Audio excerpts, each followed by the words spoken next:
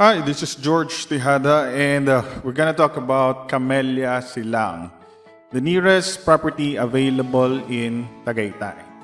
Okay, so Camellia Silang, this is just like along Aguinaldo Highway, and then malapit lang siya sa Olivares Mall, in which nandito yung mga terminal ng bus. So very strategic yung location niya because pag nag-commute tayo, if we're gonna go to Manila, nandito na yung mga bus. At the same time, yung mga UV Express nandito din sa kaliwa. And yun nga, as you can see here sa map, along Aguinaldo Highway lang siya. Alright, and then at your side, at your right, makikita nyo rin dito yung Tagaytay Public Market, and then Santa Rosa Tagaytay Road going towards New Valley. This is just 3 minutes away from Tagaytay Rotonda. And I'd like to mention as well, Camellia Silang is the only project na may financing scheme pa. That is 20 months to pay. And then the remaining amount is loanable sa bank. And another good news is meron na siyang RFOs or ready for move-in.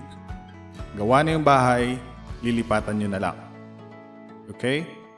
So, and then, I'd just like to explain as well, accessibility niya. So, if you're coming from Makati, right now, it will only take you 1 hour and 8 minutes. That is conservative based kay Google Map.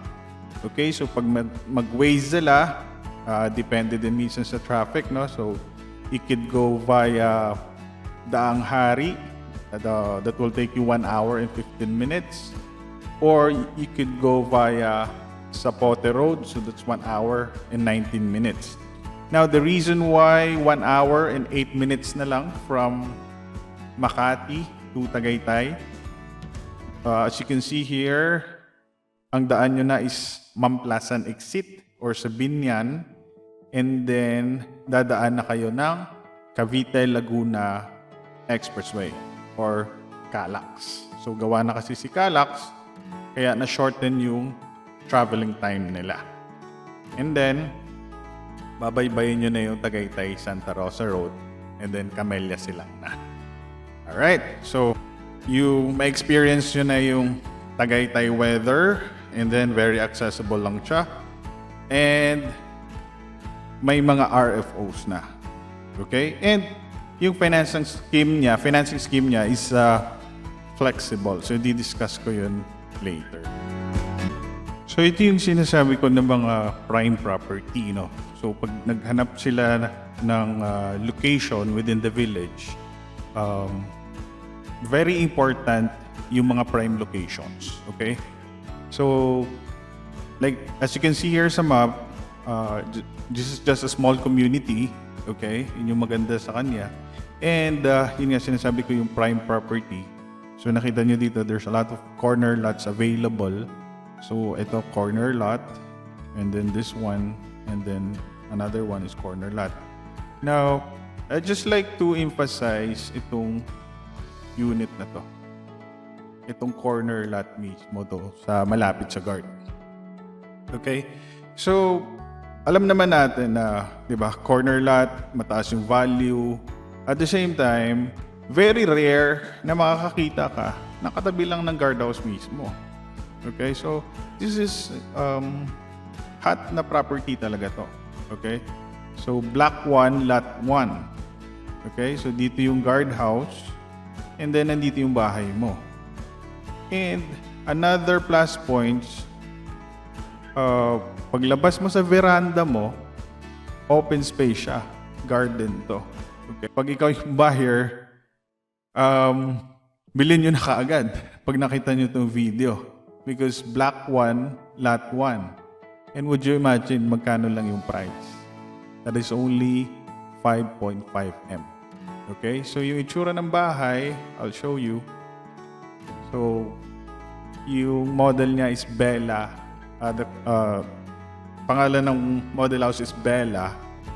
For only 5,592,000, and then reservation is 50,000.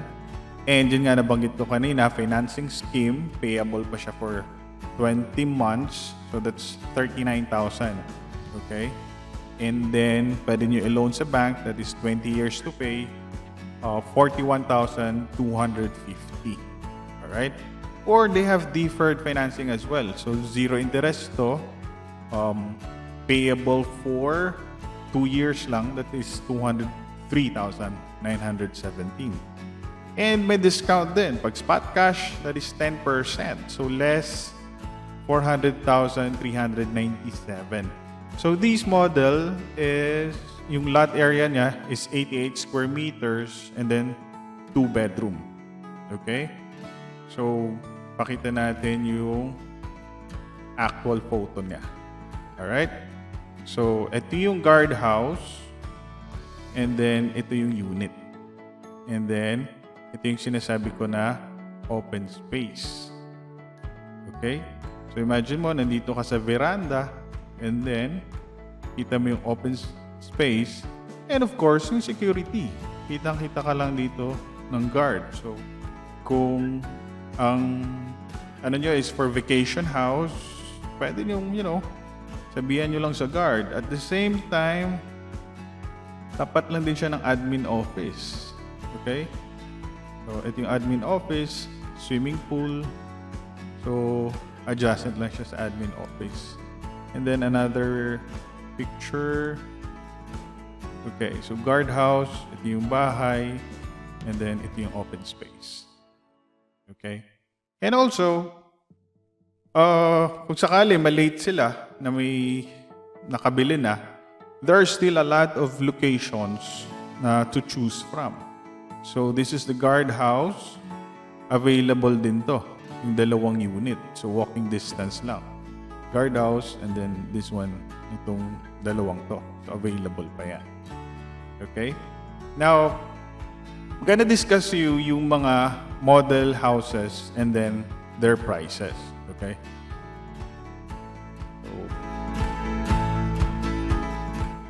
So yung tawag, ang maganda pa nito, again, as discussed, yun nga, kaya nga nakalagay dito, swift move-in. Okay? Because merong RFOs and then meron din na they will construct it right away or i-furnish na kaagad yung bahay. Okay? So, this one is, ang model is Carmela CB. Okay? And floor area is 65 square meter. Lot area is 91 square meter. And the price is only 5,911,000. And then reservation fee is 50,000. And you have 3 options, no? So 5% spot or 5% DP. And option number 2, 10% spot, that is 541,000. And loanable siya for 20 years or 15 years. Okay? So, so this is Carmela CB. Okay? And then the other one is Carmina. Okay? Si Carmina, that is floor area 65 square meters. Lot area is 116 square meters. For only 7.3 or 7,338,000. Okay? So, for mga prices naman and then sample computation, just comment lang or message me directly para I could send you the details. Alright? And then, pakita ko rin yung another model which si Dorina Uphill. That is 7,220,000. Lot area is 99 square meters and floor area is 83 square meters. Okay? So, balikan lang natin, no? Ang pinaka-importante is yung location niya nga. So, ito yung sinasabi ko. Block 1, Lot 1. So, open space and then veranda. And then there are some corner lots as well na for sale. So, and maganda pala nito, these are model units or model houses. Okay, so nakalibre na sila ng what you call this? Yung nakaayos na yung sa garden nila. Okay, naka-landscape na. Okay? And meron din property as well, yung corner lot, itong sa bandang dulo. Okay? So this is hot property din because yung setback niya sa likod, ang laki. Okay? So pag pinuntahan nyo to actual, ang laki ng setback niya. And this is an excess lot. No? So ang babayaran nyo lang is like 110 square meters. Pero yung sobra niya, this is like around another 150 square meters. And since this is yung dead end area, you have kasya yung dalawang kotse for another parking dito sa kalye. Okay? Kasi since dulo siya. So this is the unit na available in the guardhouse on this area. Okay? So those are hot properties, no? So feel free lang to comment or message me if you are interested in this property. And by the way, we're gonna discuss more properties in Tagaytay. So just follow this page or thread para ma-update sila. All right? Thank you.